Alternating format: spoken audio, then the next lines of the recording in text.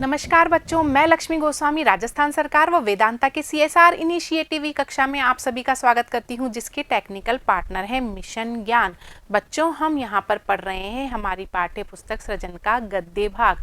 आज जो हम पाठ पढ़ने वाले हैं वह निबंध है मजदूरी और प्रेम, जो सरदार पूर्ण सिंह द्वारा लिखा गया है। तो सरदार पूर्ण सिंह भावात्मक निबंधों के जन्मदाता हैं और ये पंजाबी लेखक हैं। ये शिक्षाविद भी हैं, ये एक वैज्ञानिक भी हैं और एक विचारक भी हैं। इन्होंने हिंदी में सिर्फ 6 ही निबंध लिखे हैं और उनमें से जो निबंध है मजदूरी और प्रेम, जिसका अध्ययन हम यहाँ पर करेंगे, तो इन्होंने 6 निबंधों के द्वारा ही हिंदी साहित्य के इतिहास में अपना नाम अमर कर लिया है। तो पहले हम इनका परिचय जान लेते हैं। सरदार पूर्ण सिंह हिंदी के मूर्धन्य निबंधकार थे और हिंदी, अंग्रेजी और उर्दू के मर्मज्ञ विद्वान थे। सरदार पूर्ण सिंह के निबंधों में हृदय के सच्चे उद्गार, आध्यात्मिकता, चमत्कारिकता की भरमार मिलती है।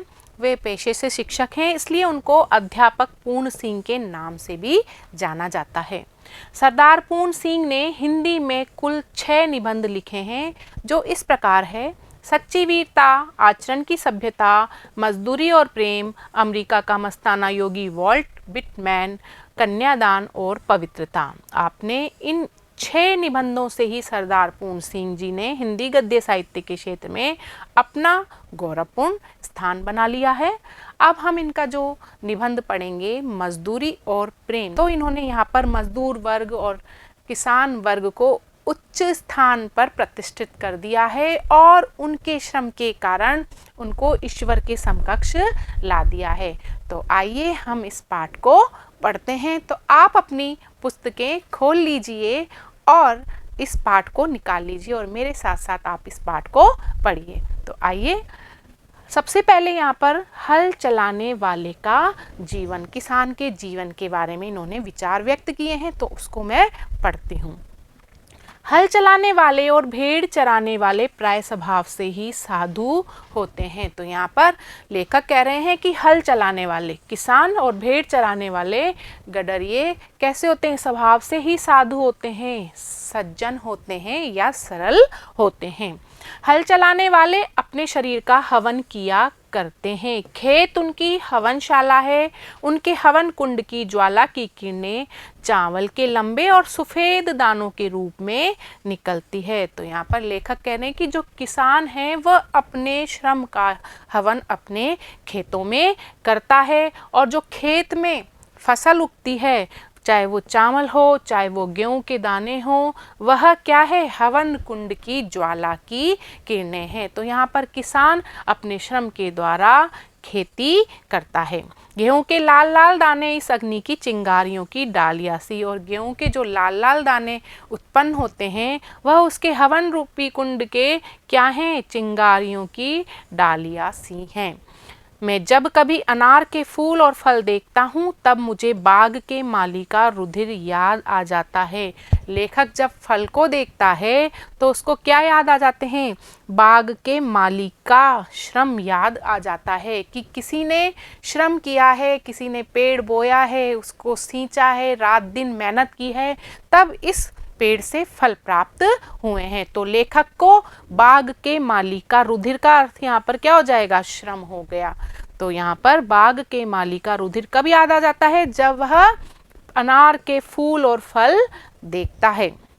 उसकी मेहनत के कण जमीन में गिरकर उगे हैं और हवा तथा प्रकाश की सहायता से मीठे फलों के रूप में नजर आ रहे हैं। तो यहाँ पर जो बाग के माली ने श्रम किया है और उसकी मेहनत के कारण ही ये जमीन में उगे हैं, फिर हवा और प्रकाश की सहायता से मीठे फल उसमें उत्पन्न हुए हैं। किसान मुझे अन्न में, फूल में, फल में आहुति देता हुआ सा दिखाई पड़ता है। लेखक के विचार देखो कितने सर्वश्रेष्ठ हैं, क्योंकि किसान जब मेहनत करता है जब ही हमें अन्न मिलता है, फल मिलते हैं या फूल मिलते हैं। तो अगर किसान श्रम नहीं करेगा तो क्या ये चीज़ें हमें प्राप्त होगी? नहीं प्राप्त होगी। ब्रह्माहुति से जगत पैदा होता है। ब्रह्मा जी की आहुति से इस संसार का निर्माण हुआ है, और जब किसान श्रम रूपी आहुति अपने खेतों में देता है तो उनसे हमें अन्न प्राप्त होता है और जिससे हमारा जीवन चलता है। अन्न पैदा करने में भी किसान भी ब्रह्मा के समान हैं। खेती उसके प्रेम का केंद्र है।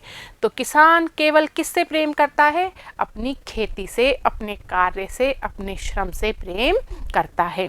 उसका सारा जीवन पत्ते पत्ते में, फूल फूल में, फल फल में बिखर रहा है। जब किसान खेती करता है तो उसका सारा जीवन अपने खेत में ही व्यतीत होता है। वह अपनी फसलों को देखकर खुश होता है, तो उसका सारा जीवन पत्ते पत्ते में, फूल फूल में और फल फल में ही बिखर जाता है। वृक्षों की उसका भी जीवन एक प्रकार का मौन जीवन है। वायु, जल, पृथ्वी, तेज और आकाश की निरोगता इसी हिस्से में है। तो उसका जीवन भी एक मूक जीवन है। वह किसी से कुछ नहीं कहता है, केवल अपने खेतों में वह चुपचाप श्रम करता रहता है।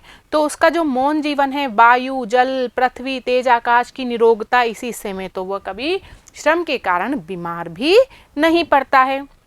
विद्या यह नहीं पढ़ा, जप और तप यह नहीं करता, संध्या वंदनादि इसे नहीं आते, ज्ञान की इसे पता नहीं है, मंदिर मस्जिद गिरजे से इसे कोई सरोकार नहीं है, केवल साग पात खाकर ही यह आपकी अपनी भूख निवारण कर लेता है और ठंडे चश्मों और बहती हुई नदियों के शीतल जल से अपनी प्यास को तृप्त कर लेता है। तो यहाँ पर किसान की विशेषताएं बताई गई है कि वह एक बहुत ही सरल और साधारण प्राणी है। वह अशिक्षित होता है, विद्या यह नहीं पढ़ा, और वह पूजा का दिखावा नहीं करता क्योंकि उसके पास समय ही नहीं होता। वह एक साधारण सा जीवन जीता है। वह जप तप नहीं करता, संध्या वंदनादि नहीं करता है, मंदिर मस्जिद और गिरजे में नहीं जाता है क्योंकि उसके पास समय नहीं है, और वो दिखावा भी नहीं करता है, और वह त्याग का जीवन जीता है। केवल साग पात खाकर ही वह अपनी भूख का निवारण कर लेता है। उसके खाने में किसी प्रकार के कोई नखरे नहीं होते हैं, और जब उसे प्यास लगती है तो ठंडे चश्मों छोटे छोटे जो झरने होते हैं, तो उनसे बहती हुई नदियों के शीतल जल से ही ये अपनी प्यास बुझा लेता है। तो देखिए, किसान का जो जीवन है वह त्याग का जीवन है। वह दूसरों के लिए ही अपना जीवन दान कर देता है, अर्थात खेतों में जब श्रम करता है तो वह अनाज उत्पन्न करता है और उस अनाज से समस्त संसार का पेट भरता है। प्रातःकाल उठकर ये अपने हल बैलों को नमस्कार करता है। वह किसी और को नमस्कार करने की बजाय किसको करता है? वह हल बैलों को महत्व देता है और हल जोतने चल देता है। दोपहर की धूप इसे भाती है। दोपहर की धूप में जब हम चुपचाप अंदर अपने घरों में सोते हैं, लेकिन यह परेशान नहीं होता, दोपहर की धूप में भी यह श्रम करता रहता है। इसके बच्चे मिट्टी ही में खेल खेल कर बड़े हो जाते हैं। हम शहरों में देखते हैं बच्चों को मिट्टी के पास जाने भी नहीं दिया जाता, लेकिन इसके बच्चे तो मिट्टी में खेल कर ही बड़े हो जाते हैं। इसको और इसके परिवार को बैल और गांव से प्रेम है। जो किसान है और किसान का जो परिवार है, उनको तो अपने पशुओं से, बैल से, और जहाँ पर ये रहते हैं गांव से, वहीं से प्रेम होता है। वहीं अपना ये सारा जीवन व्यतीत करते हैं। उनकी यह सेवा करता है। पानी बरसाने वाले के दर्शनार्थ आंखें नीले आकाश की ओर उठती है। यह किसकी सेवा करता है? ये अपने पशुओं की सेवा करता है, अपने परिवार की सेवा करता है। और जब उसको अपने खेतों के लिए पानी चाहिए होता है तो क्या करता है? वह आंखें नीले आकाश की ओर उठती है, तो उसकी आंखें मूक प्रार्थना आकाश की ओर करती है। नैनों की भाषा में ये प्रार्थना करता है। उसकी जो प्रार्थना होती है वो सिर्फ आँखों की राह से ही होती है, वह मूक प्रार्थना होती है। साय और प्रातः, दिन और रात विधाता इसके हृदय में अचिंतनीय और अद्भुत आध्यात्मिक भावों की पुष्टि करता है। इसे ईश्वर की अलग से प्रार्थना करने की कोई आवश्यकता नहीं है, क्योंकि इसकी जो प्रार्थना है वह अपने श्रम करते करते समय मूक प्रार्थना हो जाती है। यदि कोई इसके घर आ जाता है तो ये उसको मृदु वचन, मीठे जल और अन्न से तृप्त करता है। और किसान के घर में जब कोई आ जाता है तो कैसे वचन बोलता है? वो नम्र वचन बोलता है, उसको मीठे जल से सत्कार करता है और उसे अन्न भी खिलाता है। हम देखते हैं ना, गाँव में जाते हैं तो वो बहुत खुश होते हैं और सबका आदर सत्कार करते हैं। जबकि शहरों में आजकल कोई अतिथि आ जाए तो कहते हैं, अतिथि तुम कब जाओगे? तो यहाँ पर इसके एक सरल जीवन के बारे में हमको लेखक बता रहा है। धोखा यह किसी को नहीं देता। किसान का व्यक्तित्व बहुत सरल होता है, अशिक्षित होता है, तो ये धोखा तो किसी को नहीं देता।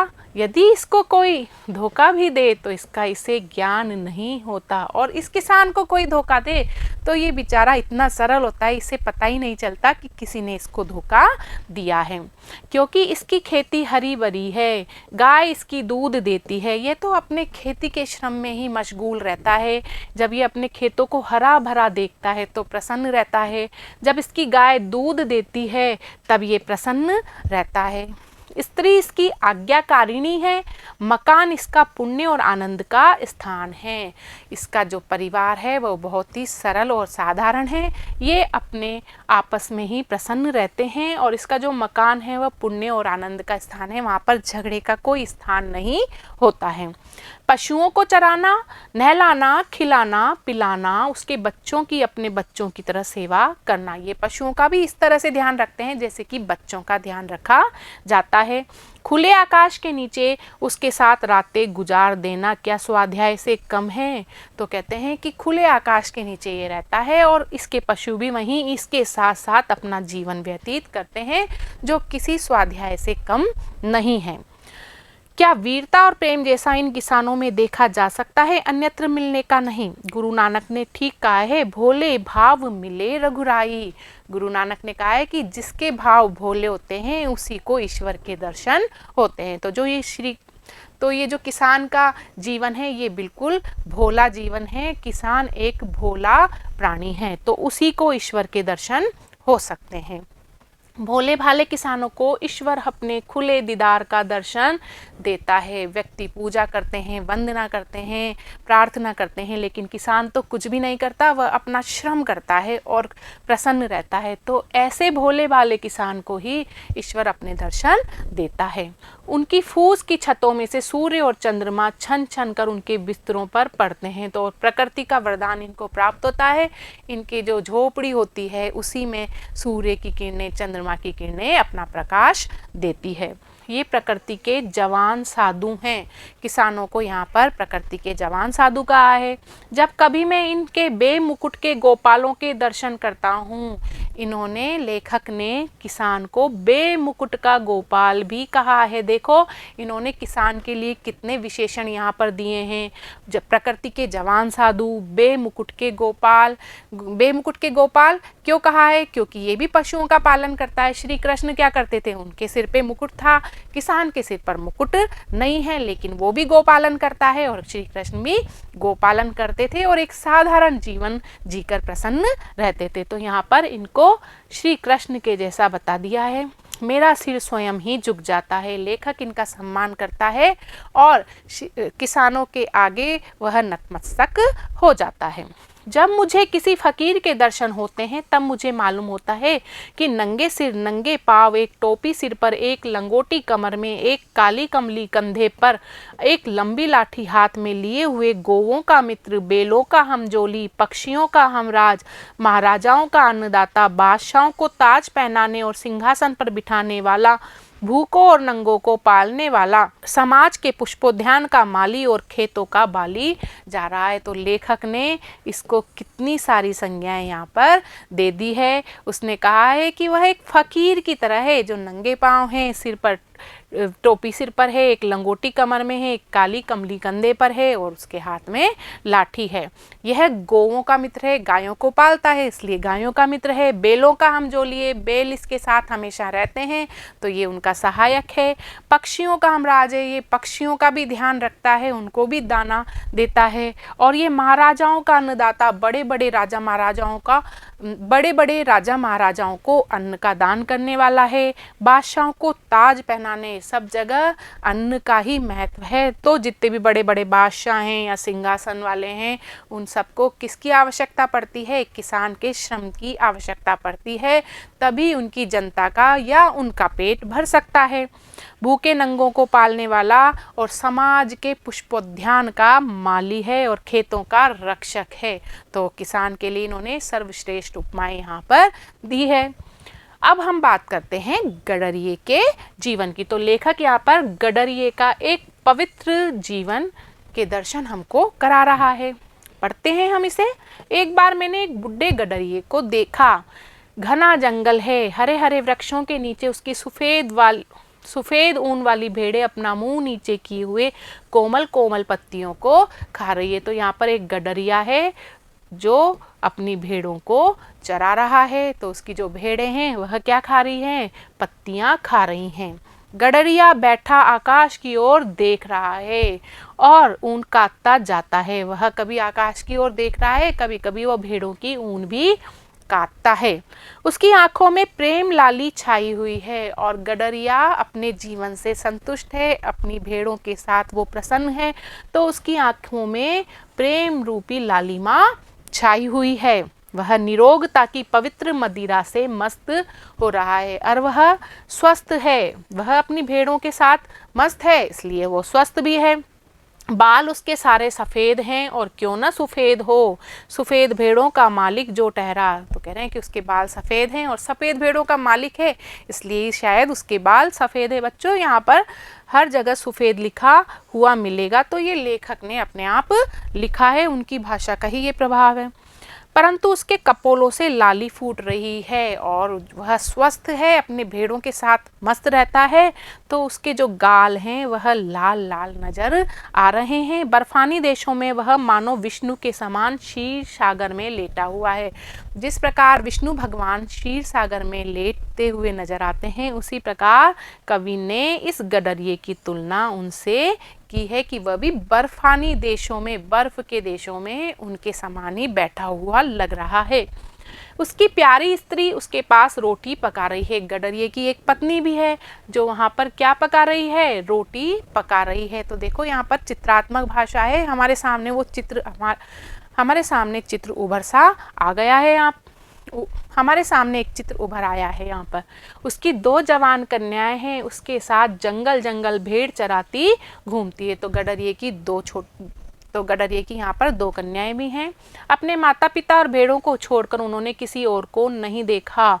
मकान इनका बेमकान है, घर इनका बेघर है। ये लोग बेनाम और बेपता हैं।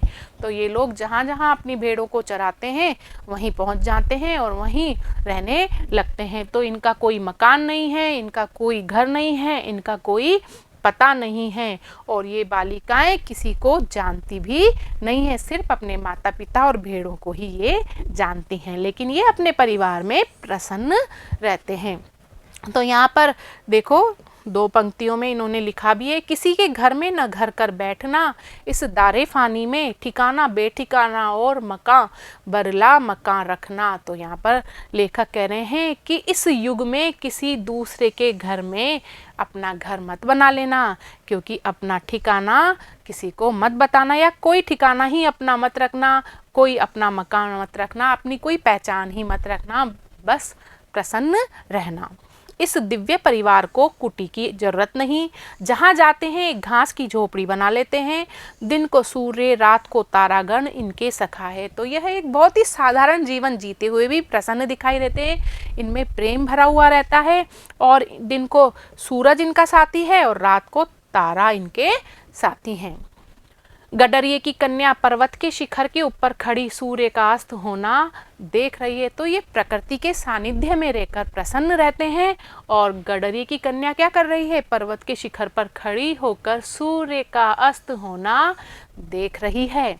उनकी सुनहरी किरणें इसके लावण्य मुख पर पड़ रही है और कन्या के लावण्यमयी मतलब सुंदर मुख पर जब सूर्य की किरणें पड़ रही है तो बहुत सुंदर लग रही है। यह सूर्य को देख रही है और वह इसको देख रहा है और ऐसा प्रतीत होता है कि वह कन्या सूर्य को देख रही है और सूर्य उसके सुंदर रूप को देख रहा है। हुए थे आंखों के कल इशारे, इधर हमारे उधर तुम्हारे, चले थे अश्कों के क्या फव्वारे, इधर हमारे उधर तुम्हारे। तो यहाँ पर 2 पंक्तियों में अपने भाव व्यक्त किए हैं लेखक ने। बोलता कोई भी नहीं, सूर्य उसकी युवावस्था की पवित्रता पर मुग्ध है और वह आश्चर्य के अवतार सूर्य की महिमा के तूफान में पड़ी नाच रही है। तो यहाँ पर वो लड़की और सूर्य दोनों ही एक दूसरे की पवित्रता को देखकर प्रसन्न हो रहे हैं और बोल नहीं रहे हैं। इनका जीवन बर्फ की पवित्रता से पूर्ण है और वन की सुगंधि से सुगंधित है। तो ये इनके आसपास जो प्राकृतिक वातावरण छाया हुआ है उसकी मस्ती में ही ये मस्त रहते हैं। इनका मुख, शरीर और अंतःकरण सफेद, इनका जो मुख है, शरीर है, अंतःकरण मन है वह सफेद है अर्थात पवित्र है, उसमें कोई छल कपट नहीं है। इनकी बर्फ, पर्वत और भेड़ें सफेद, अपनी सफेद भेड़ों में ये परिवार शुद्ध सफेद ईश्वर के दर्शन करता है और ये इतने सुंदर प्राकृतिक वातावरण में रहते हैं, छल और कपट से रहित हैं। तो इनकी जो भेड़ें, पर्वत हैं और इनका जो परिवार है वह शुद्ध सफेद ईश्वर के दर्शन करता है। जो खुदा को देखना हो तो देखता हूँ तुमको। तो यहाँ पर लेखक कहते हैं कि यदि ईश्वर के दर्शन करने हैं तो इनके जीवन को देख ले। मैं देखता हूँ तुमको, जो खुदा को देखना हो, और इनको देखकर ही खुदा के दर्शन हो जाते हैं। भेड़ों की सेवा ही इनकी पूजा है। ये पूजा नहीं करते लेकिन ये अपने पशुओं की सेवा करते हैं, वही इनकी पूजा है। जरा एक भेड़ बीमार हुई, सब परिवार पर विपत्ति आई, दिन रात उनके पास बैठे काट देते हैं। तो इनकी जो भेड़ बीमार हो गई इनके ऊपर विपत्ति आ गई और ये सब परेशान हो गए और पूरी रात उसके पास बैठकर काट देते हैं कि काश ये सही हो जाए। उसे अधिक पीड़ा हुई तो इन सब की आंखें शून्य आकाश में किसी को देखने लग गई। जब इनकी भेड़ को पीड़ा हुई तो इनकी आंखें आकाश में ईश्वर की ओर देखने लगी। तो इनकी जो प्रार्थना है वो भी मूक प्रार्थना है। पता नहीं ये किसे बुलाती हैं, हाथ जोड़ने तक की इन्हें फुर्सत नहीं, पर हाँ इन सब की आंखें किसी के शब्द रहित, संकल्प रहित मौन प्रार्थना में खुली है। तो इनकी जो प्रार्थना है अपनी भेड़ के लिए हो रही है और वह आकाश की तरफ देख रहे हैं। तो कह रहे हैं कि मूक प्रार्थना। तो यहाँ पर लेखक बता रहे हैं कि जो उनकी प्रार्थना है उसमें वो हाथ भी नहीं जोड़ते हैं, कुछ बोलते भी नहीं हैं, लेकिन जो उनकी प्रार्थना है वो संकल्प रहित है। 2 रातें इसी तरह गुजर गई। उनकी भेड़ बीमार है और इसी चिंता में 2 रातें बीत गई हैं। उनकी भेड़ अब अच्छी है और उनकी प्रार्थना शायद ईश्वर ने सुन ली और उनकी भेड़ अच्छी है। जब उनकी भेड़ अच्छी हो गई तभी अब ये सब प्रसन्न हो गए हैं, इनके घर मंगल हो रहा है, इनका पशु सही हो गया है, तो इनके घर में अब अच्छे कार्य हो रहे हैं, खुशी मनाई जा रही है, सारा परिवार मिलकर गा रहा है। इतने में नीले आकाश पर बादल घिरे और झमझम बरसने लगे। इनकी प्रसन्नता को देखकर बादल भी प्रसन्न हो गए और वो बरसात होने लगी। मानो प्रकृति के देवता भी इनके आनंद से आनंदित हुए। बूढ़ा गडरिया आनंद मत्त होकर नाचने लगा। वह कहता कुछ नहीं, रग रग उसकी नाच रही है। तो उनकी प्रसन्नता का वर्णन यहाँ पर लेखक ने किया है। पिता को ऐसा सुखी देख दोनों कन्याओं ने एक दूसरे का हाथ पकड़कर पहाड़ी राग अलापना आरंभ कर दिया। जब पिता खुश होकर नाच रहे हैं तो बेटियों ने भी पहाड़ी गीत गाना शुरू कर दिया। साथ ही धम धम थम थम नाच की उन्होंने धूम मचा दी और वो नाचने भी लगे। तो यहाँ पर प्राकृतिक वातावरण में कितना प्रेम भरा पवित्र जीवन गडरिये का परिवार जी रहा है उसका चित्रण यहाँ पर लेखक ने किया है। मेरी आंखों के सामने ब्रह्मानंद का समा बांध दिया। मेरे पास मेरा भाई खड़ा था। तो लेखक के पास कौन खड़ा था, उनका दृश्य देख रहा था, लेखक का भाई खड़ा था। मैंने उससे कहा भाई अब मुझे भी भेड़ें दे दो। तो लेखक ने अपने भाई से कहा कि मुझे तो इनका जीवन बहुत ही अच्छा लगा, बिल्कुल प्रेम भरा पवित्र जीवन है, मुझे भी भेड़ें दे दो। ऐसे ही मूक जीवन से मेरा भी कल्याण होगा। तो ऐसे मूक जीवन से मेरा कल्याण हो जाएगा। विद्या को भूल जाऊं तो अच्छा है, मेरी पुस्तक खो जाए तो उत्तम है। तो कहते हैं हम कितने ही ज्ञानी बन गए, कितना ही हमने ज्ञान प्राप्त कर लिया, लेकिन उनके जीवन जैसा आनंद हमें पढ़ लिख कर भी प्राप्त नहीं हो सकता। ऐसा होने से कदाचित इस वनवासी परिवार की तरह मेरे दिल के नेत्र खुल जाएं और मैं ईश्वरीय झलक देख सकूं। तो ये परिवार है प्रेमपूर्ण पवित्र जीवन प्रकृति के सानिध्य में जीता है, तो उनको ईश्वर के दर्शन भी प्राप्त होते हैं। तो लेखक भी यही चाहता है कि उसे भी ईश्वर की झलक प्राप्त हो जाए। चंद्र और सूर्य की विस्तृत ज्योति में जो वेदगान हो रहा है उसे इस गडरे की कन्याओं की तरह मैं भी सुन तो न सकूं, परंतु कदाचित प्रत्यक्ष देख सकूं। कहते हैं ऋषियों ने भी इनको देखा ही था, सुना न था। तो जो वेद गान है ऋषियों ने उनको महसूस किया था, सुना नहीं था। और कहाँ किया था? प्रकृति के सच्चे सानिध्य में ही किया था। पंडितों की उटपटांग बातों से मेरा जी उकता गया है। तो यहाँ पर लेखक कह रहे हैं कि जो विद्वानों की उटपटांग बातें हैं, ज्ञान भरी बातें हैं, इनका जीवन देखकर उन्हें वह अप्रिय लगने लगी है। प्रकृति की मंद मंद हंसी में ये अनपढ़ लोग ईश्वर के हंसते हुए होठ देख रहे हैं। तो कहते हैं अनपढ़ लोग हैं और प्रकृति के सानिध्य में रहते हैं और ये ही सच्चे ईश्वर के दर्शन को प्राप्त करते हैं। पशुओं के अज्ञान में गंभीर ज्ञान छिपा हुआ है। लेखक कहते हैं कि पशुओं के अज्ञान में ही गंभीर ज्ञान छिपा हुआ है, सच्ची प्रसन्नता यहीं पर छिपी हुई है। इन लोगों के जीवन में अद्भुत आत्मानुभव भरा हुआ है। ये लोग अनपढ़ हैं, अशिक्षित हैं, लेकिन इनको जो आत्मा का अनुभव प्राप्त है वह किसी को प्राप्त नहीं हो सकता है। गडरिये के परिवार की प्रेम मजदूरी का मूल्य कौन दे सकता है? लेखक यहाँ कहते हैं कि इनकी जो प्रेम की मजदूरी है उसका मूल्य हम कदापि नहीं चुका सकते। अब आगे पढ़ते हैं हम मजदूर की मजदूरी। आपने 4 आने पैसे मजदूर के हाथ में रखकर कहा, यह लो दिन भर की अपनी मजदूरी, क्या दिल लगी है। हाथ पांव सिर आंखें इत्यादि सबके सब अवयव उसने आपको अर्पण कर दिए और चीज उसकी तो थी ही नहीं, ये तो ईश्वरीय पदार्थ थे। जो पैसे आपने उसको दिए वे भी आपके नाम पृथ्वी से निकली हुई धातु के टुकड़े थे, अतएव ईश्वर के निर्मित थे। तो मजदूरी का ऋण तो परस्पर प्रेम सेवा से ही चूकता होता है। तो यहाँ पर लेखक हमसे कह रहे हैं कि मजदूर हमारे लिए जब श्रम करता है तो हम उसको कुछ पैसे दे देते हैं और कहते हैं कि हमारा कर्तव्य पूर्ण हुआ। लेकिन लेखक का यहाँ कहने का तात्पर्य है कि उसने अपने शरीर के अंगों द्वारा कठिन श्रम किया और हमने उसको क्या किया?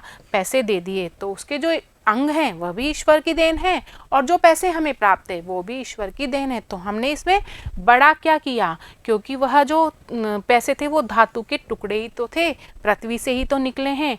तो हमें मजदूरी का ऋण ऐसे नहीं चुकाना चाहिए।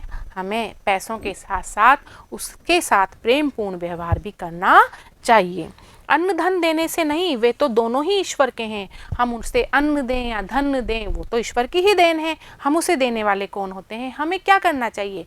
उसके साथ प्रेम का व्यवहार देना, उसके साथ प्रेम का व्यवहार करना चाहिए। अन्न धन वही बनाता, जल भी वही देता। एक जिल्द साज ने मेरी एक पुस्तक की जिल्द बांध दी। लेखक यहाँ पर याद कर रहा है कि उसकी पुस्तक को एक जिल्द साज ने जिल्द चढ़ाकर उसे दिया।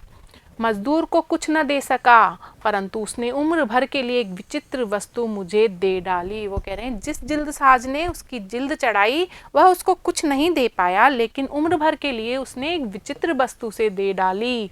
जब कभी उस पुस्तक को उठाया मैंने, मेरे हाथ जिल्द साज के हाथ पर जा पड़े। तो कहते हैं कि जब भी वह पुस्तक को छूता है उसे उस जिल्द साज की याद आती है, क्योंकि उसी की वजह से उसकी पुस्तक आज सुरक्षित है और उसके हाथों में है। पुस्तक देखते ही मुझे जिल्द साज याद आ जाता है, वह मेरा आमरण मित्र हो गया। तो वो जिल्द साज क्या हो गया? लेखक का मित्र हो गया, हमेशा के लिए वह उसका मित्र हो गया। तो बच्चों यहाँ पर कहने का तात्पर्य है कि जो भी व्यक्ति हमारे लिए कार्य करते हैं हमें उनका कर्तव्य कभी नहीं भूलना चाहिए, हमें उनका कार्य कभी नहीं भूलना चाहिए और उनके प्रति अपने मन में प्रेम का भाव रखना चाहिए।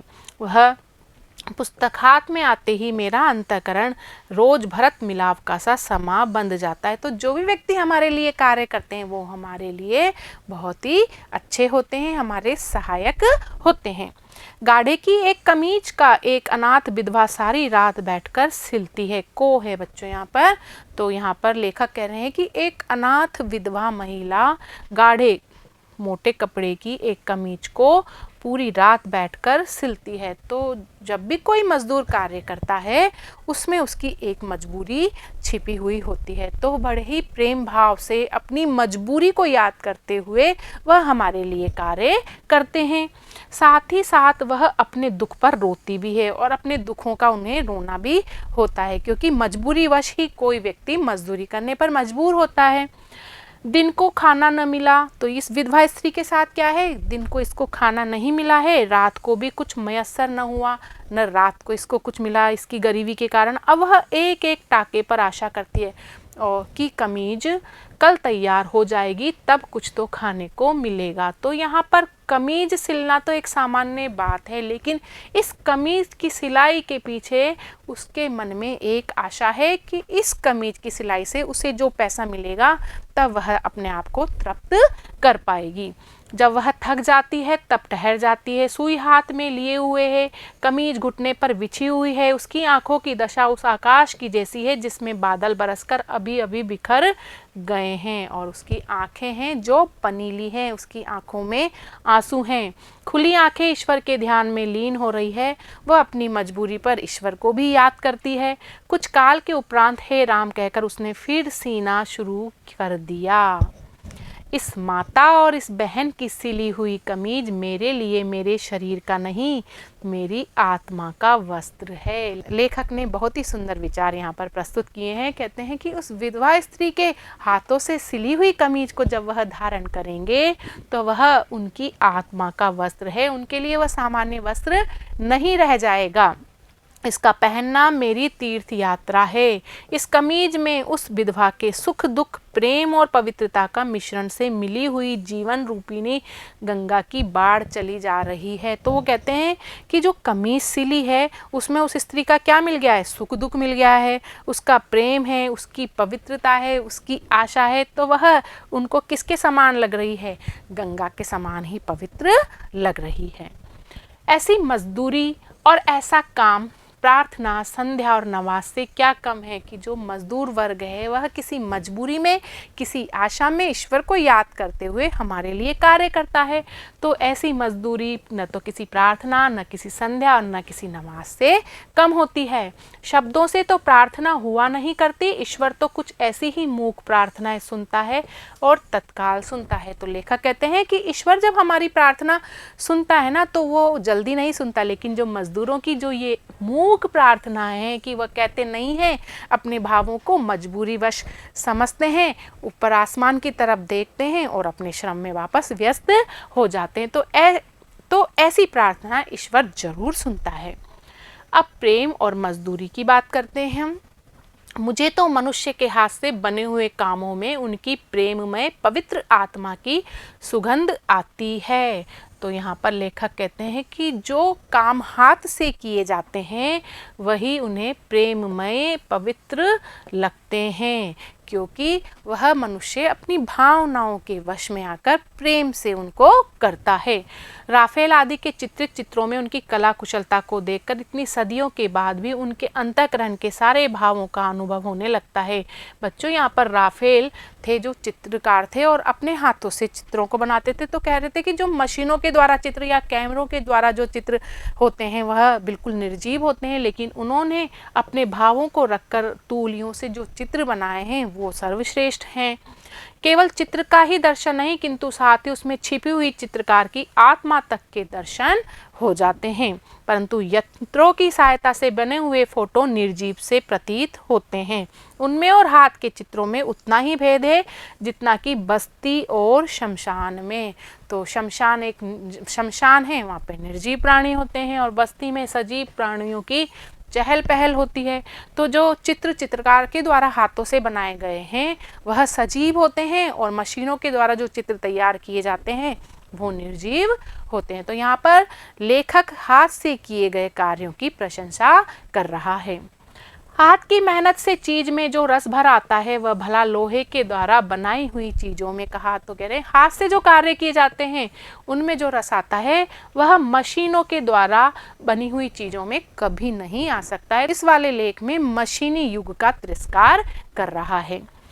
जिस आलू को मैं स्वयं बोता हूँ, मैं स्वयं पानी देता हूँ, जिसके इर्द गिर्द की घास पात खोद कर मैं साफ करता हूँ, उस आलू में जो रस मुझे आता है वह टीन में बंद किए हुए अचार मुरब्बे में नहीं आता। तो लेखक यहाँ पर आलू के माध्यम से हमें ये बताना चाहता है कि जिस कार्य को हम खुद अपने हाथों से करते हैं उसमें हमें बड़ा आनंद आता है, लेकिन यदि हम टीन में बंद किए हुए अचार मुरब्बे को खाते हैं तो उसमें वो आनंद नहीं आता, क्योंकि वह फैक्ट्रियों में तैयार किए गए हैं जिनमें न तो कोई प्रेम होता है न भाव होता है। वहाँ पे आदमी क्या करते हैं, मशीनों की तरह कार्य करते हैं, उनको केवल अपनी कमाई से फर्क पड़ता है।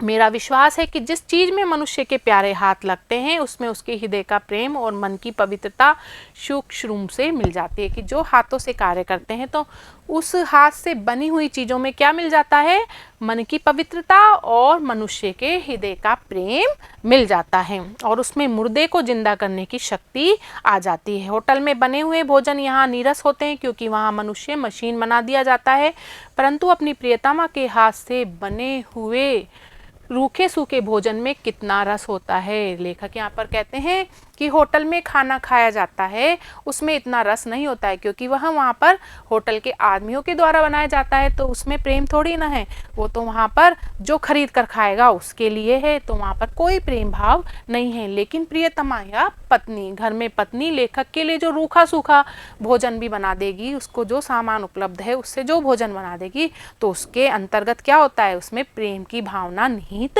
होती है। और जिस मिट्टी के घड़े को कंधों पर उठाकर मीलों दूर से उसमें मेरी प्रेम मग्न प्रियतमा ठंडा जल भर लाती है, उस लाल घड़े का जल जब मैं पीता हूँ तब जल क्या पीता हूँ, अपनी प्रेयसी के प्रेमामृत को पान करता हूँ। तो लेखक यहाँ पर बता रहे हैं कि जब उनकी पत्नी उनके लिए प्यार से जो ठंडा जल है वो लाल घड़े में भर के लाती है, और उस जल को जब लेखक पीते हैं तो वो अमृत के समान है। तो यहाँ पर जो कार्य उनकी पत्नी कर रही है, जल लाना या पिलाना या खाना बनाना, उसमें कौन सी भावना है, उसमें लेखक के प्रति उनके प्रेम की भावना है। स्त्री अपने परिवार के लिए जब खाना बनाती है तो उसमें प्रेम की भावना निहित होती है, तो उस खाने का स्वाद दुगना हो जाता है। जो ऐसा प्रेम प्याला पीता हो उसके लिए शराब क्या वस्तु है, प्रेम से जीवन सदा गदगद रहता है। तो जहाँ पर प्रेम रहता है वहाँ पर मदिरा की आवश्यकता ही नहीं होती है। मैं अपनी प्रेयसी की ऐसी प्रेम भरी रस भरी दिल भरी सेवा का बदला क्या कभी दे सकता हूँ। लेखक ने कहा है कि जो पत्नी की अपने परिवार के प्रति या अपने पति के प्रति प्रेम भरी रस भरी और दिल भरी सेवा का बदला कभी कोई भी नहीं दे सकता।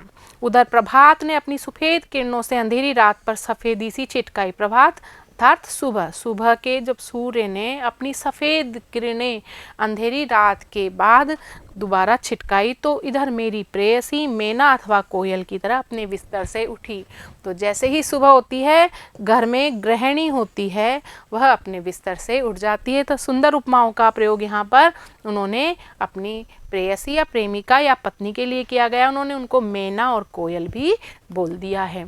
और गृहिणी क्या करती है, जैसे ही उठेगी अपने परिवार के लिए कर्तव्यों को पूर्ण करने में जुट जाती है। उसके बदले में उसे कुछ नहीं मिलता, लेकिन उसके मन में सबके लिए प्रेम की भावना रहती है। उसने गाय का बछड़ा खोला, दूध की धारा से अपना कटोरा भर लिया, गाते गाते अन्न को अपने हाथों से पीसकर सफ़ेद आटा बना लिया। तो ये हर ग्रामीण परिवेश की सुबह सुबह का एक दृश्य है। इस सफ़ेद आटे से भरी हुई छोटी सी टोकरी, सिर पर एक हाथ में दूध से भरा हुआ लाल मिट्टी का कटोरा, दूसरे हाथ में मक्खन की हांडी। जब मेरी प्रिया घर की छत के नीचे इस तरह खड़ी होती है, जब वह छत के ऊपर की श्वेत प्रभा से अधिक आनंददायक, बलदायक, बुद्धिदायक जान पड़ती है। तो कहते हैं जब उनकी प्रियतमा सारे कार्य करने के लिए तत्पर रहती है, तो जो सुबह का जो प्रकाश है उससे भी ज़्यादा वह आनंददायक लगती है। उस समय वह उस प्रभा से अधिक रसीली, जो सूर्य की चमक है उससे भी अधिक वो रसीली लगती है, अधिक रंगीली लगती है, जीती जागती, चैतन्य और आनंदमयी प्रातःकालीन शोभा सी लगती है। मेरे प्रिया अपने हाथ से चुनी हुई लकड़ियों को अपने दिल से चुराई हुई एक चिंगारी से लाल अग्नि में बदल देती है। और जब लेखक की पत्नी खाना बनाती है तो वह क्या करती है, वह उसको प्रेम रूपी लाल अग्नि में बदल देती है। जब वह आटे को छलनी से छानती है तब मुझे उसकी छलनी के नीचे एक अद्भुत ज्योति की लो नजर आती है। तो यहाँ पर उसके कार्यों में परिवार के प्रति प्रेम है। जब वह उस अग्नि के ऊपर मेरे लिए रोटी बनाती है तब उसके चूल्हे के भीतर मुझे तो पूर्व दिशा की नभो लालिमा से भी अधिक आनंदायिनी लालिमा दिख पड़ती है। लेखक कह रहे हैं कि जब उनकी प्रेयसी उनके लिए जब खाना बनाती है कि पूर्व दिशा की नभो लालिमा, पूर्व दिशा के नभ में जो सूर्य की लालिमा दिखाई देती है उससे भी अधिक आनंददायिनी, आनंद देने वाली लालिमा उनको अपनी पत्नी में, अपने घर में दिखाई देती है। यह रोटी नहीं, कोई अमूल्य पदार्थ है। तो लेखक के लिए ये मात्र रोटी नहीं, अनमोल है, अमृत के समान है। मेरे गुरु ने इसी प्रेम से संयम करने का नाम योग रखा है। मेरा यही योग है। अब हम बात करते हैं मजदूरी और कला की। आदमियों की तिजारत करना मूर्खों का काम है, अर्थात आदमियों का सौदा करना किसका काम है? मूर्खों का काम है। सोने और लोहे के बदले मनुष्य को बेचना मना है। आजकल भाप की कलों, भाप की मशीनों का दाम तो हजारों रुपया है, परंतु मनुष्य कौड़ी के 100 बिकते हैं। तो कहते हैं कि जो मशीनें हैं उनके दाम तो बहुत ज़्यादा हैं, लेकिन जो मनुष्य हैं उनकी कोई कीमत नहीं है, उनको सस्ते दामों पर खरीदा और बेचा जाता है। सोने और चांदी की प्राप्ति से जीवन का आनंद नहीं मिल सकता। सोने और चांदी को प्राप्त करने से कोई आनंदित नहीं हो सकता। सच्चा आनंद तो मुझे मेरे काम से मिलता है। मुझे अपना काम मिल जाए तो फिर स्वर्ग प्राप्ति की इच्छा नहीं। तो लेखक यहाँ पे कहते हैं काम सिर्फ किससे प्यार है? उनको काम से, और अगर उनको काम मिल जाए तो उनको स्वर्ग जाने की इच्छा भी नहीं है। मनुष्य पूजा ही सच्ची ईश्वर पूजा है। मनुष्य की पूजा करना ही सच्चे ईश्वर की पूजा है। तो यहाँ पर मजदूरों के महत्व पर वो बात कर रहे हैं। मंदिर और गिरजे में क्या रखा है? ईद पत्थर चूना, सॉरी यहाँ पर ईंट है बच्चों, ईंट पत्थर चूना कुछ ही कहो। आज से हम अपने ईश्वर की तलाश मंदिर, मस्जिद, गिरजा और पोथी में नहीं करेंगे। लेखक कहते हैं कि वह मंदिर, मस्जिद, गिरजे घर आदि में ईश्वर को नहीं ढूंढेंगे और नहीं किसी किताबों में ढूंढेंगे। अब तो यही इरादा है कि मनुष्य की अनमोल आत्मा में ईश्वर के दर्शन करेंगे। यही आर्ट है। तो कहते हैं कि मनुष्य में ही ईश्वर की प्राप्ति हो सकती है। यही धर्म है और मनुष्य में ही ईश्वर के दर्शन करना है, वह धर्म है। मनुष्य और मनुष्य की मजदूरी का तिरस्कार करना नास्तिकता है। हम हमसे छोटे मनुष्य या मजदूरों का तिरस्कार करें और मंदिरों में जाकर भगवान की पूजा करें तो ये तो अनर्थ ही है, ये धर्म है ही नहीं, ये अधर्म है। बिना काम, बिना मजदूरी, बिना हाथ के कला कौशल के विचार और चिंतन किस काम का? तो कहते हैं यहाँ पर कि बिना काम, बिना मजदूरी, बिना हाथ के कला कौशल के कोई व्यक्ति यदि विचार करता है, चिंतन करता है, मनन करता है तो वो सब व्यर्थ हैं। सभी देशों के इतिहासों से सिद्ध है कि निकम्मे पादरियों, मौलवियों, पंडितों, साधुओं का दान के अन्न पर पला हुआ ईश्वर चिंतन अंत में पाप, आलस्य और भ्रष्टाचार में परिवर्तित हो जाता है। तो लेखक कहते हैं कि जो हमारे धर्म के बड़े बड़े पादरी, मौलवी, पंडित और साधु क्या करते हैं?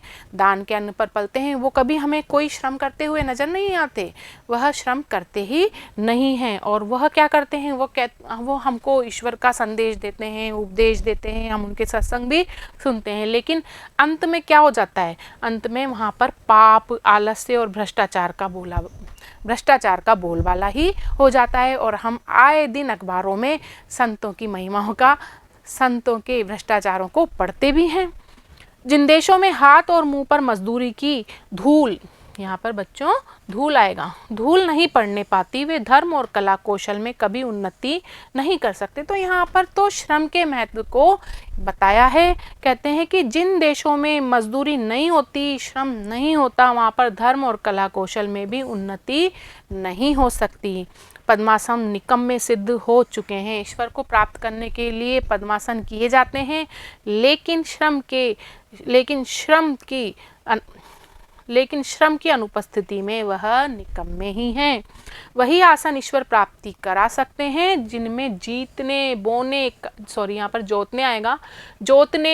काटने और मजदूरी का काम लिया जाता है। तो लेखक यहाँ पर श्रम को दिखा रहा है कि जोतने, बोने, काटने और मजदूरी का काम लिया जाता है, वहीं पर ईश्वर की प्राप्ति हो सकती है। लकड़ी, ईंट और पत्थर की मूर्तिमान करने वाले लुहार, बढ़ई, मेमार तथा किसान आदि वैसे ही पुरुष हैं जैसे कवि, महात्मा और योगी आदि। लेखक यहाँ पर कह रहे हैं कि जो ये सारे श्रमिक हैं, तरह तरह के श्रम करते हैं। लुहार लोहे का काम करता है, बढ़ई लकड़ी का काम करता है, किसान खेतों में काम करता है, तो ये भी महान पुरुष हैं। किन की तरह? कवियों की तरह, महात्माओं की तरह और योगियों की तरह। उत्तम से उत्तम और नीच से नीच काम सबके सब प्रेम शरीर के अंग हैं। कार्य कोई सा भी हो, न वो छोटा होता है न बड़ा होता है, वह प्रेम ही होता है। निकम्मे रहकर मनुष्य की चिंतन शक्ति थक गई है। जो व्यक्ति निकम्मों की तरह केवल सोचते ही रहते हैं तो वह उनकी जो चिंतन शक्ति है वो नहीं हो ही नहीं सकती। बिस्तरों और आसनों पर सोते और बैठे बैठे मन के घोड़े हार गए हैं। जो लोग बिस्तरों पर, आसनों पर पड़े पड़े चिंतन और मनन करते हैं और श्रम ही नहीं करते तो वह हारे हुए ही हैं। सारा जीवन निचुड़ चुका है, उनके जीवन से कुछ भी प्राप्त उन्हें नहीं हो सकता है। स्वप्न पुराने हो गए, उनके स्वप्न हैं जो बासी हो गए हैं। श्रम ही नहीं करेंगे, केवल सोचते रहेंगे तो हमारा कल्याण हो ही नहीं सकता। आजकल की कविता में नयापन नहीं है, उसमें पुराने ज़माने की कविता की पुनरावृत्ति मात्र है। यहाँ पर नई कविता के लिए भी लेखक ने कह दिया है कि लोग क्या कर रहे हैं, श्रम ही नहीं करते हैं, नए विचारों को सोचते ही नहीं है। तो जो नई कविता है वो पुरानी कविताओं की नकल है। उनमें इस नकल में असल की पवित्रता और कुंवारेपन का अभाव है। तो ये जो नयापन है कविताओं में, उसमें केवल नकल है, उसमें पवित्रता है ही नहीं। अब तो एक नए प्रकार का कला कौशलपूर्ण संगीत साहित्य संसार में प्रचलित होने वाला है।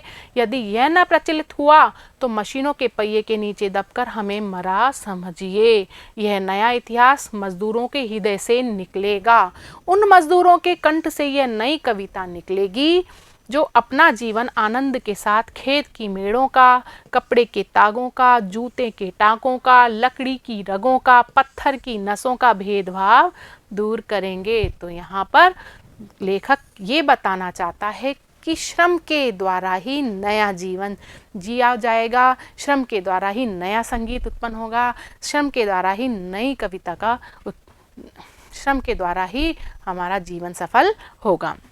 हाथ में कुल्हाड़ी, सिर पर टोकरी, नंगे सिर और नंगे पांव धूल से लिपटे, कीचड़ से रंगे हुए ये बेजवान कवि जब जंगल में लकड़ी काटेंगे तो काटने का शब्द इनके असभ्य स्वरों से मिश्रित होकर वायुयान पर चढ़ 10 दिशाओं में ऐसा अद्भुत गान करेगा कि भविष्य के कलावंतों के लिए वही ध्रुपद और मल्हार का काम करेगा। जो ये ध्रुपद और मल्हार हैं ये संगीत के राग हैं। तो कह रहे हैं कि जो मजदूर मजदूरी करेगा, लकड़ी काटेगा, तो उनसे जो स्वर उत्पन्न होगा वही संगीत के नए राग होंगे। चरखा काटने वाली स्त्रियों के गीत संसार के सभी देशों में कौमी गीत होंगे और सभी देशों में एकता के गीत किसके गीत होंगे? चरखा काटने वाली स्त्रियों के गीत। मजदूरों का मजदूरी ही यथार्थ पूजा होगी। और पूजा क्या होगी? जो मजदूर मजदूरी करेंगे वही सच्ची पूजा होगी। कला रूपी धर्म की तभी वृद्धि होगी, तभी नए कवि पैदा होंगे, तभी नए ओलियों का उद्भव होगा। तो यहाँ पर श्रम के महत्व को प्रतिपादित किया गया है, परंतु ये सब के सब मजदूरी के दूध से पलेंगे। तो कब होगा? जब मजदूरों को आगे बढ़ने दिया जाएगा, उनके गीतों को राग बनाया जाएगा।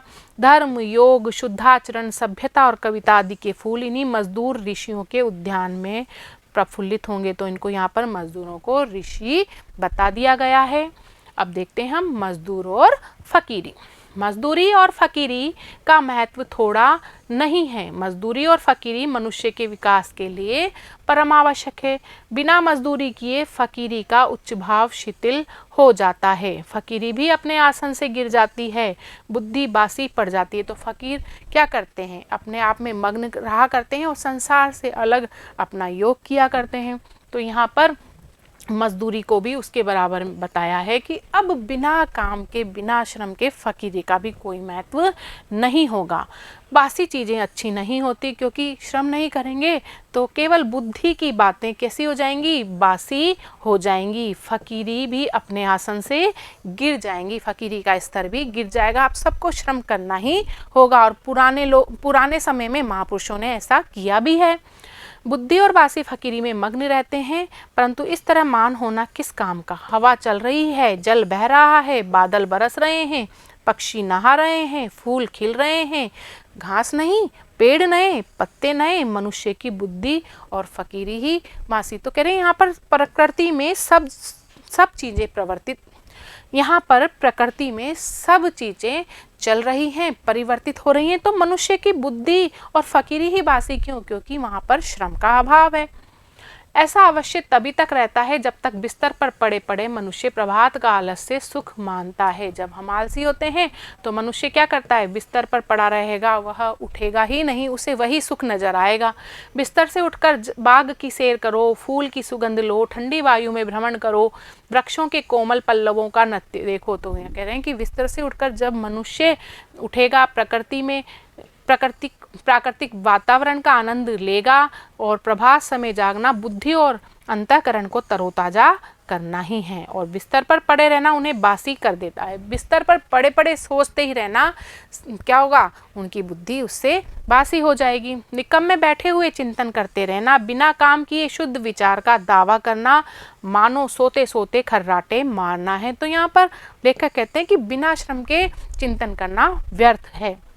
जब तक जीवन के अरण्य में पादरी, मौलवी, पंडित और साधु सन्यासी हल, कुदाल और खुरपा लेकर मजदूरी ना करेंगे, तो यहाँ पर कहते हैं कि पादरी, मौलवी, जो पंडित, साधु सन्यासी श्रम तो करते ही नहीं है, देश में इनका कोई योगदान नहीं है। तो जब तक मजदूरी नहीं करेंगे तब तक उनका आलस्य जाने का नहीं, तब तक उनका मन और उनकी बुद्धि अनंत काल बीत जाने तक मलिन मानसिक जुआ खेलती ही रहेगी कि उनके विचार मलिन ही रहेंगे। तो उन्हें भी अब श्रम करने की आवश्यकता है।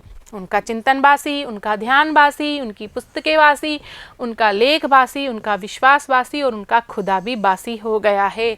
जो केवल चिंतन ही करते हैं, श्रम नहीं करते हैं, तो उनका तो सब कुछ पुराना हो गया है। उनके पास कुछ भी समाज को देने के लिए नया नहीं है।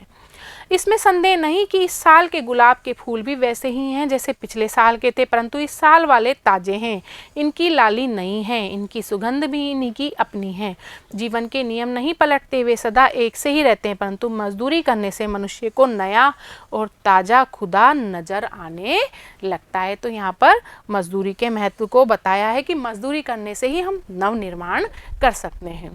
गेरुए वस्त्रों की पूजा क्यों करते हो? गिरजे की घंटी क्यों सुनते हो? रविवार क्यों मनाते हो? 5 वक्त की नमाज क्यों पढ़ते हो? त्रिकाल संध्या क्यों करते हो? मजदूर के अनाथ नयन, अनाथ आत्मा और अनाथ जीवन की बोली सीखो। कहते हैं कि हमें इन सारी पूजाओं की आवश्यकता ही नहीं, केवल हम मजदूरों को समझ सकें, उनके जैसे श्रम कर सकें, उनके अनाथ नयन, अनाथ आत्मा और अनाथ जीवन की बोली को ही हम सीख जाएं, फिर देखोगे कि तुम्हारा यही साधारण जीवन ईश्वरीय भजन हो जाएगा। तो यहाँ पर हमें मजदूरों का तिरस्कार नहीं करना चाहिए, बल्कि उनको प्रेम के भाव से समझना भी चाहिए। मजदूरी तो मनुष्य के समष्टि रूप का व्यष्टि रूप परिणाम है। मनुष्य का अपना जो खुद का व्यक्तिगत रूप है, उसका एक सामाजिक रूप क्या है? मजदूरी है। आत्मा रूपी धातु के गढ़े हुए सिक्के का नकदी बयाना है, जो मनुष्य की आत्माओं को खरीदने के वास्ते दिया जाता है। सच्ची मित्रता ही तो सेवा है। तो सच्ची मित्रता क्या है? यहाँ पर सेवा करना ही है। उससे मनुष्य के पर सत्य का राज्य हो सकता है। जाति पाति, रूप रंग और नाम धाम तथा बाप दादे का नाम पूछे बिना अपने आप को किसी के हवाले कर देना प्रेम धर्म का तत्व है। हमें किसी से कोई भेदभाव नहीं करना चाहिए, न तो हमें जाति पाति पर ध्यान देना चाहिए, न ही हमें रूप रंग पर ध्यान देना चाहिए। तभी असली प्रेम धर्म कहलाया जाएगा। जिस समाज में इस तरह के प्रेम धर्म का राज्य होता है, उसका हर कोई हर किसी को बिना उसका नाम धाम पूछे ही पहचानता है। तो हमें सबसे समानता से प्रेम करना चाहिए, सबके प्रति समानता के भाव रखना चाहिए, क्योंकि पूछने वाले का कुल और उसकी जात वहाँ वही होती है जो उसकी जिससे कि वह मिलता है। वही सब लोग एक ही माता पिता से पैदा हुए भाई बहन हैं। अपने ही भाई बहनों के माता पिता का नाम पूछना क्या पागलपन से कम समझा जा सकता है? तो यहाँ पर लेखक कहना चाहते हैं कि हम सब एक ही ईश्वर की संतान हैं। तो हमारे माता पिता कौन हुए? ईश्वर हुए। तो क्या हम अपने माता पिता से उत्पन्न भाई बहनों से उनके पिता का पता पूछते हैं या उनके पिता का नाम पूछते हैं? नहीं पूछते ना। तो हमें भी किसी से जाति के बारे में नहीं पूछना चाहिए, कोई भेदभाव नहीं करना चाहिए, क्योंकि समस्त मनुष्य हमारे भाई बहन हैं। यह समस्त संसार एक कुटुंबवत है। यहाँ पर वसुदेव कुटुंबकम, समस्त संसार को एक परिवार ही बता दिया गया है। लंगड़े, लूले, अंधे और बहरे उसी मोर उसी घर की छत के नीचे रहते हैं। तो कहते हैं इस संसार में सभी व्यक्ति हम एक साथ रहते हैं, चाहे कोई अशक्त हो या न हो। जिसकी छत के नीचे बलवान, निरोग और रूपवान कुटुंबी रहते हैं। जहाँ पर बलवान निरोगी लोग रहते हैं वहाँ पर अंधे, लूले, लंगड़े भी रहते हैं, तो वो भी हमारे भाई बहन हैं। मूढ़ों और पशुओं का पालन पोषण बुद्धिमान, सबल और निरोगी तो करेंगे। तो कहते हैं जो मूर्ख हैं, जो पशु हैं, उनका पालन पोषण कौन करेगा? उनका पालन पोषण बुद्धिमान, जो शक्तिशाली हैं और निरोग हैं, वही तो करेंगे। आनंद और प्रेम की राजधानी का सिंहासन सदा से प्रेम और मजदूरी के ही कंधों पर रहता आया है। किसी भी समाज में यदि आनंद हो या प्रेम हो तो कब होगा? जब हम मजदूरों से, हमसे कमतर लोगों को प्रेम का भाव देंगे, तभी होगा।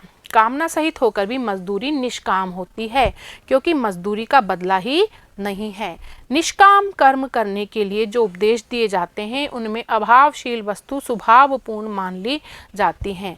जो लोग केवल हमें कोरे उपदेश देते हैं वहाँ पर अभाव ही अभाव है। पृथ्वी अपने ही अक्ष पर दिन रात घूमती है, ये पृथ्वी का स्वार्थ कहा जा सकता है, परंतु उसका यह घूमना सूर्य के इर्द गिर्द घूमना तो है, और सूर्य के इर्द गिर्द घूमना सूर्य मंडल के साथ आकाश में एक सीधी लकीर पर चलना है। पृथ्वी अपने अक्ष पर घूमती है लेकिन वह सूर्य के इर्द गिर्द घूमती है, तो उसका यह एक अपना कर्म है। अंत में इसको गोल चक्कर खाना, सदा ही सीधा चलना है, इसमें स्वार्थ का अभाव है। इसी तरह मनुष्य की विविध कामनाएं उसके जीवन को मानो उसके स्वार्थ रूपी धूरे पर चक्कर देती है। तो मनुष्य के इर्द गिर्द भी उसकी कामनाएं एक चक्कर खाती रहती हैं, उसमें स्वार्थ होता है, परंतु उसका जीवन अपना तो है ही नहीं, वह तो किसी आध्यात्मिक सूर्यमंडल के साथ की चाल है, और अंततः यह चाल जीवन का परमार्थ रूप है।